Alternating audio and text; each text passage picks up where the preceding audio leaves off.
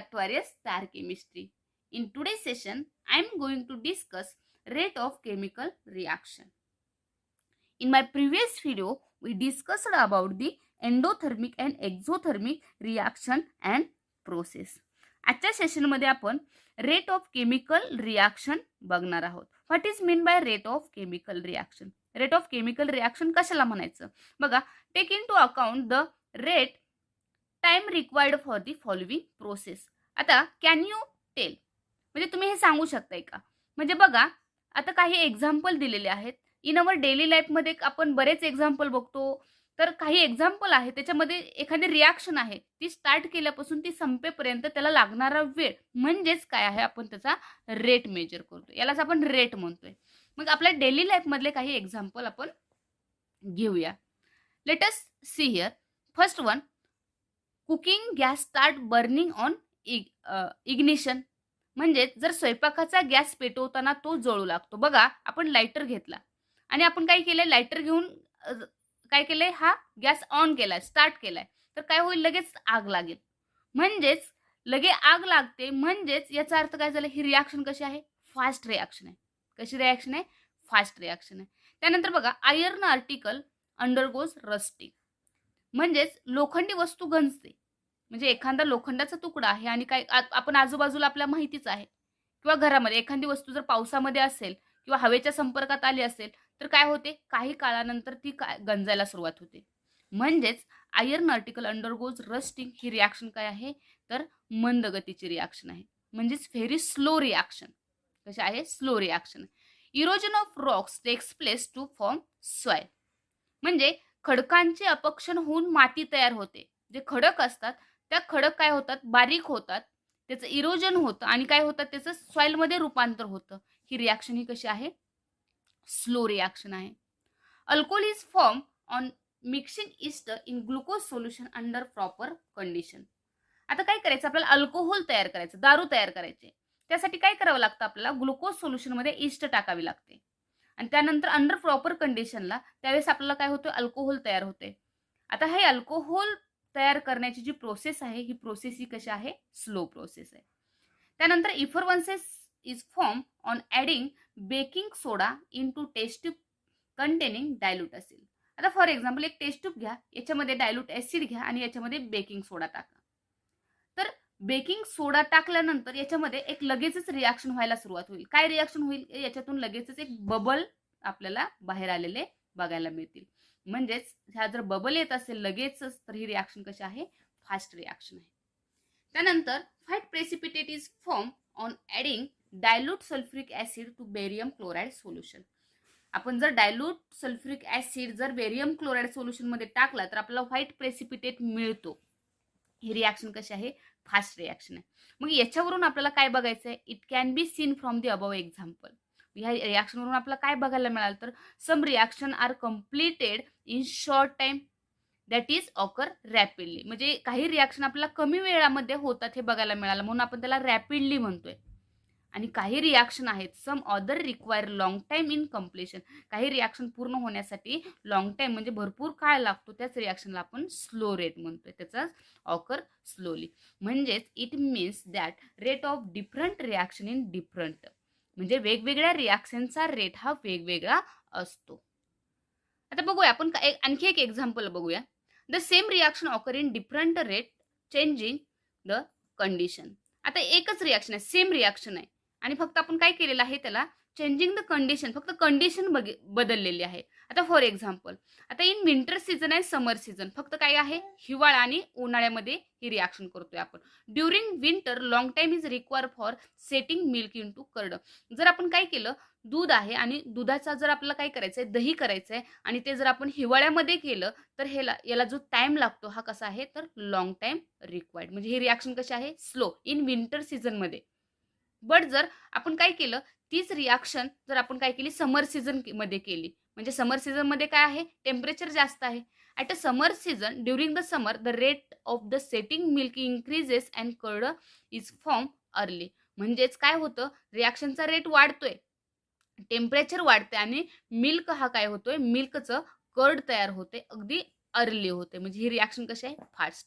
म्हणजेच changing the कंडिशनमध्ये same reaction आहे, पण काय आहे कंडिशन वेगवेगळी आहे. एक आहे विंटर सीझन आणि एक आहे समर सीझन म्हणजे हिवाळ्यामध्ये आणि उन्हाळ्यामध्ये. मग याच्यावरून आपल्याला काय करायचं आहे, now let us see the factor which decided the rate of chemical reaction. Which factor affecting the rate of chemical reaction. कोणते फॅक्टर आहेत हे काय करतात तर रेट ऑफ केमिकल रिॲक्शनवरती अफेक्ट करतात. हे आपल्याला काय करायचं आहे पाहायचं आहे. तर बघूया आपण कोणकोणते फॅक्टर हे रेट ऑफ केमिकल रिॲक्शनवरती अफेक्ट करतात. The first one is a nature of reactant. पहिला आहे तो काय आहे नेचर ऑफ रिॲक्टंट. आता आपल्याला बऱ्याच रिॲक्शन आपण मागे बघितलेले आहेत. मग रिॲक्शन बघताना आपल्याला माहिती आहे रिॲक्टंट कोणता आहे किंवा प्रोडक्ट काय आहे.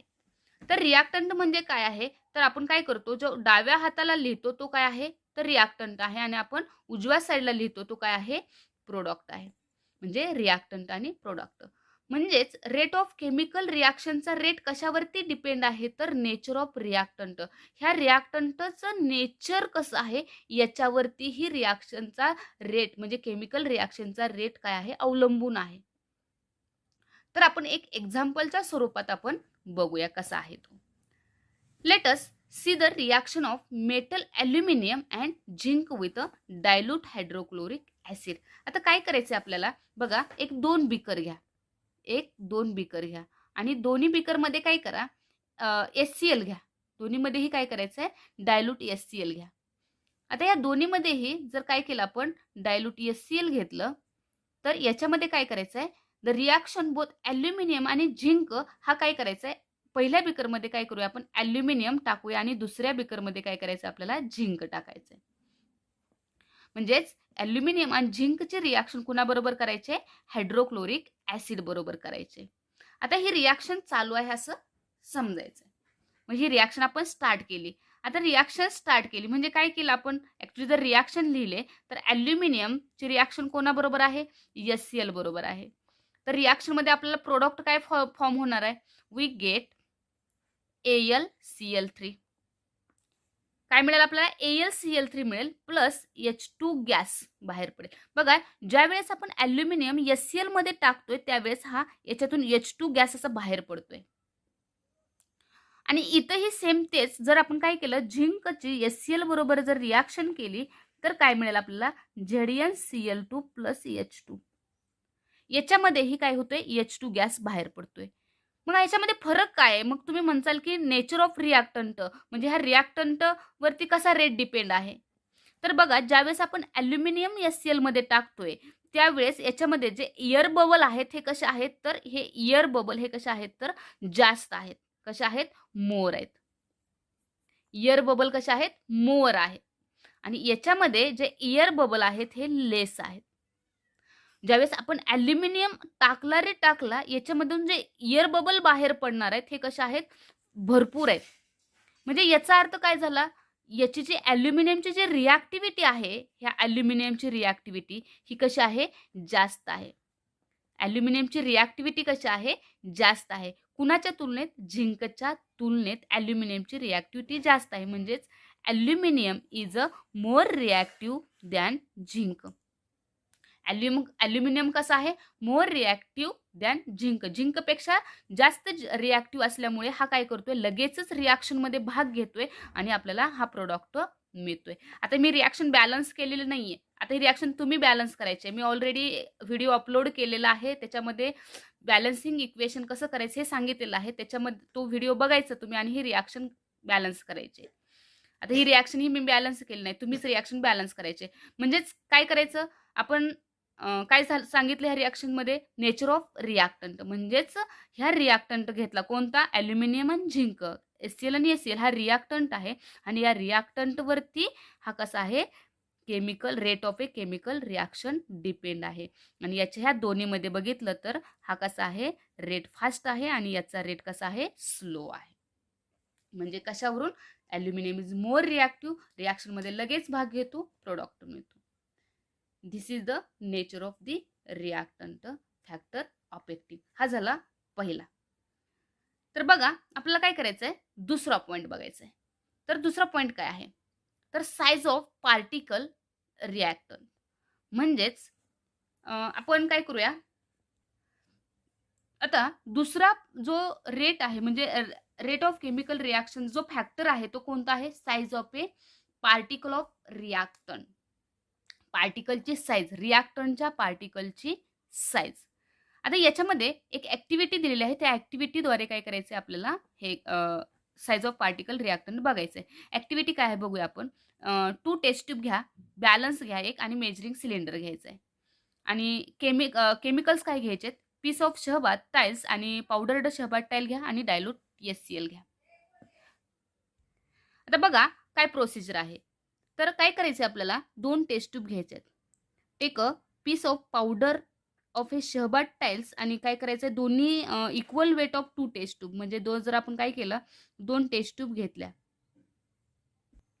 काय करा 2 टेस्ट ट्यूब घ्या आणि ह्या 2 टेस्ट ट्यूबमध्ये काय करायचं आहे ॲड 10 ml HCl टाकायचं आहे. दोन्हीमध्येही सेम HCl टाकलं आपण. काय केलं? HCl या दोन्हीमध्येही टाकून घ्यायचं आहे, ॲड करायचं आहे. आणि ह्या टेस्ट ट्यूबमध्ये HCl टाकल्यानंतर याच्यामध्ये काय करायचं आहे, एक पहिल्या टेस्ट ट्यूबमध्ये काय करायचं आहे, एक टाईल टाकायचे, शहबाद टाईल टाकायचं म्हणजे एक मोठा तुकडा टाका टाईलचा. आणि जो दुसरी टेस्ट ट्यूब आहे, त्या दुसऱ्या टेस्ट ट्यूबमध्ये काय करायचं आहे, त्याची पावडर टाका. टाकली? दुसऱ्या टेस्ट ट्यूबमध्ये पावडर टाका. आपल्याला काय रिएक्शन बघायला मिळेल? What will be happen in this reaction? आता काय मिळेल बघायला? तर बघा, पहिली जी टेस्ट ट्यूब आहे आणि दुसरी टेस्ट ट्यूब आहे, ह्याच्या दोन्हीतूनही कार्बन डायऑक्साईडचे बबल असे बाहेर आलेले बघायला मिळतील. पण हे बघायला मिळतील, बट जी पहिली टेस्ट ट्यूब आहे, याच्यातून जो कार्बन डायऑक्साईड बाहेर पडतोय, तो कसा आहे? पहिल्या टेस्ट ट्यूबमध्ये कमी आहे. काय आहे? लेस आहे, कमी आहे. आणि दुसऱ्या टेस्ट ट्यूबमध्ये मोर आहे. कोण? Carbon dioxide. म्हणजे याचा अर्थ काय झाला?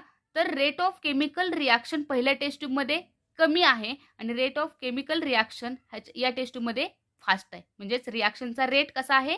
फास्ट आहे आणि याच्यामध्ये रिएक्शनचा रेट कमी आहे. तर बघा, the above observation indicate that rate of reaction depend upon the size of the particle.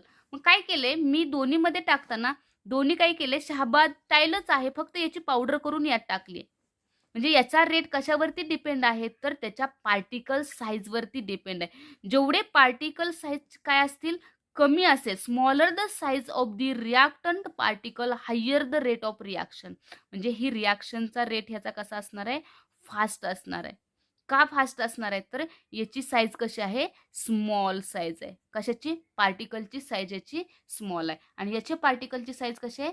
जास्त आहे. म्हणजे याचा रेट कसा असणार आहे? लेस असेल. ही रिएक्शन फास्ट आहे आणि ही रिएक्शन कशी आहे? स्लो रिएक्शन आहे. का स्लो आहे? तर साईज ऑफ दी पार्टिकल. येते का लक्षात? काय सांगितलं? जर जर फाईन पार्टिकल रिएक्टंटमध्ये जर आपण पार्टिकल असे काय असतील? फाईन पार्टिकल असतील, बारीक पार्टिकल असेल तर रिएक्शनचा रेट हा फास्ट असतो.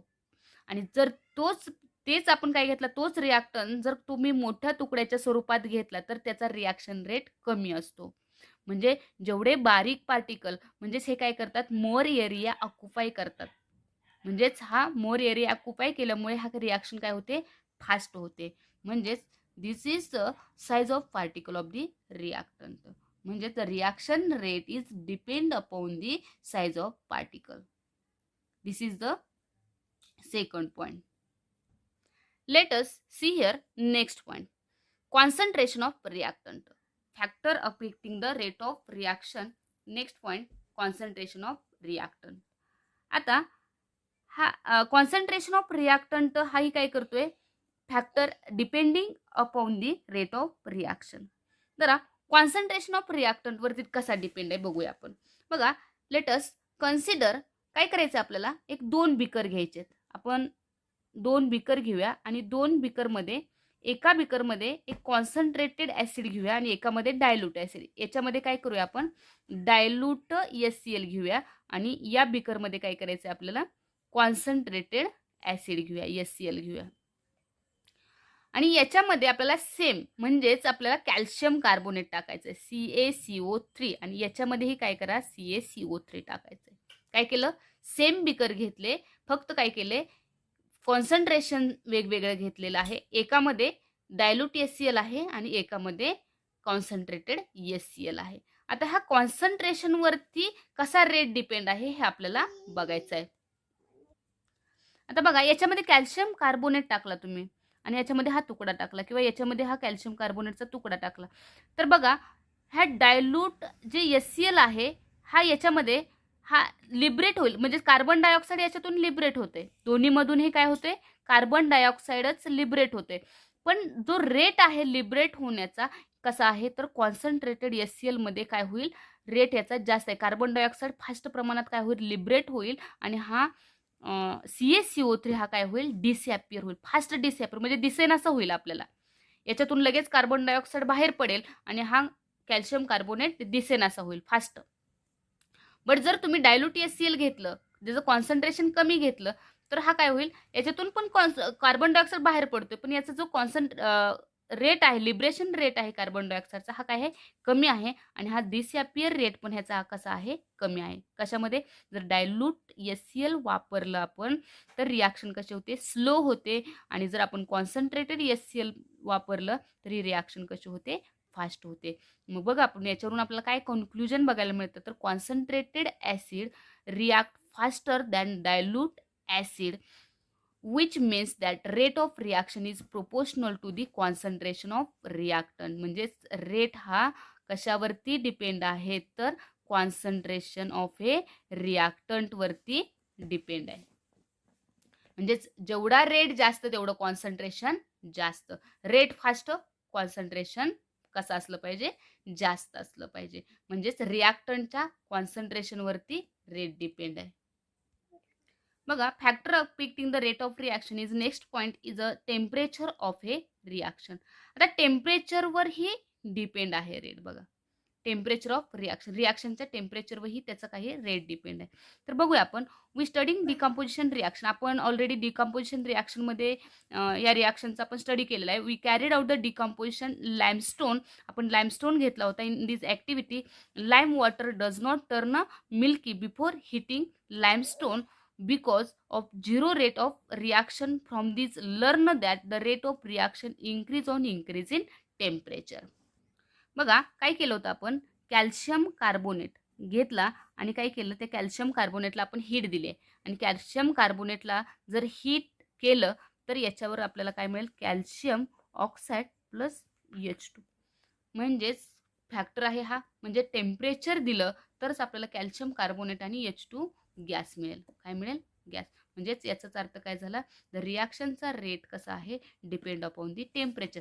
टेम्परेचर वाढवलं की रिॲक्शन काय होते, फास्ट होते. म्हणजेच rate of reaction increases on increasing temperature. Temperature वाढवलं की रिॲक्शनचा रेट काय होतोय, वाढतोय.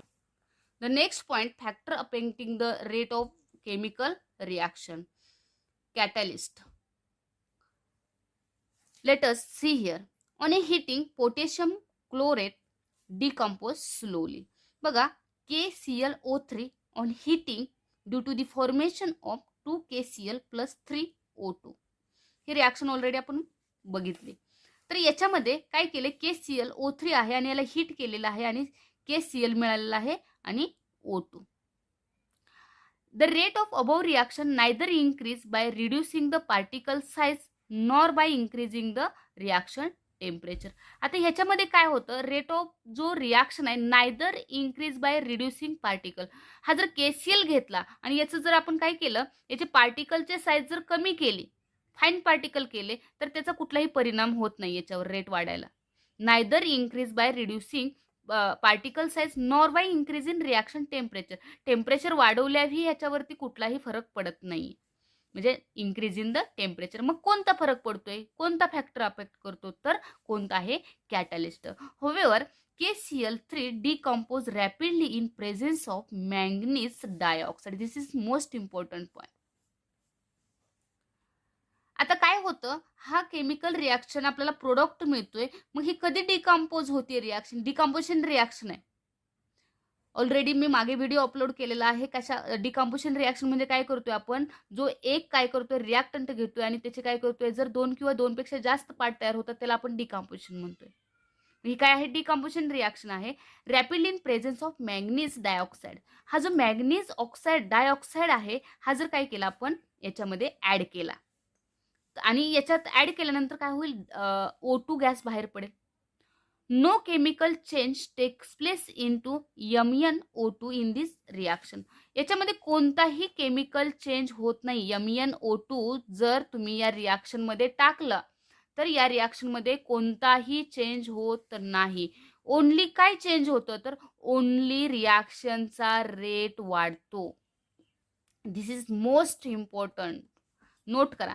काय होतंय, हा मॅंगनीज डायऑक्साईड जर आपण काय केलं रिॲक्शनमध्ये टाकला, तर no any chemical change takes place, but only rate of the chemical reaction increases. बघा, the substance in whose presence the rate of chemical reaction changes without causing any chemical change to it is called as catalyst.